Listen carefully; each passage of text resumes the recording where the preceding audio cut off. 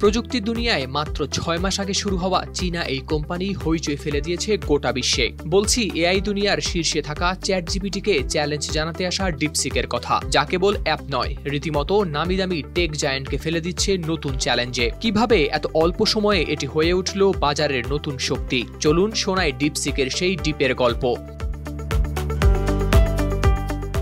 কৃত্রিম বুদ্ধিমত্তা বা এআই চ্যাটবট ডিপসিক গত বছরের জানুয়ারিতে মার্কিন যুক্তরাষ্ট্রে উন্মোচনের পরেই এটি অ্যাপল অ্যাপ স্টোরে ডাউনলোডের শীর্ষে উঠে যায়। কিন্তু তার গল্প এখানেই থেমে থাকেনি। এর উত্থান পুঁজিবাজার থেকে মার্কিন নির্বাচনে তুলেছে ভয়াবহ ঝড়। একের পর এক কমতে শুরু করে মার্কিন প্রযুক্তি কোম্পানিগুলোর শেয়ার মূল্য, এবং মানুষের মুখ, ভয়েস, এমনকি আচরণ পর্যন্ত পরিবর্তন করতে পারার সুবাদে মার্কিন রাজনীতিবিদদের বক্তব্য বিকৃত করে ভোটারদেরও রীতিমতো করেছে বিভ্রান্ত।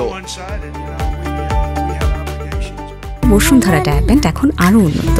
এই hot air through top sheet দ্রুত শোষণ করে সোনামণিকে দেয় কোমল অনুভূতি। বিবিসি বলছে ডিপসিকের জনপ্রিয়তা ও তুলনামূলক কম খরচ অন্য এআই কোম্পানিগুলোর উপর সৃষ্টি করেছে অর্থনৈতিক চাপ। সিলিকন ভ্যালির একজন স্টার্টআপ বিনিয়োগ বিশেষজ্ঞ মার্ক অ্যান্ডারসন ডিপসিককে এআই ক্ষেত্রে সবচেয়ে বিস্ময়কর অগ্রগতি হিসেবে উল্লেখ করেছেন। ডিপসিকের প্রতিষ্ঠাতা ৪০ বছর বয়সী ইঞ্জিনিয়ার লিয়াং ওয়েনফেং $৬০ লাখ খরচে বানিয়েছেন উচ্চমানের এই এআই অ্যাপ। মার্কিন নিষেধাজ্ঞা সত্ত্বেও তিনি সংগ্রহ করেছিলেন এনভিডিয়ার প্রায় ৫০,০০০ চিপ। এই চিপগুলোর সঙ্গে তুলনামূলক কম শক্তিশালী চিপ ব্যবহার করেই গড়ে ওঠে ডিপসিকের সাফল্যের ভিত্তি।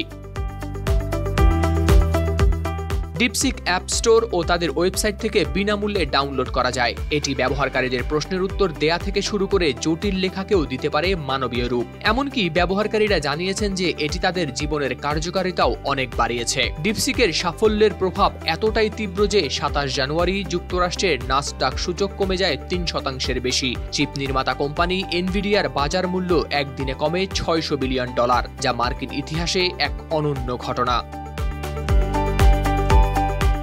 হাওলাদার শামীম, RTV।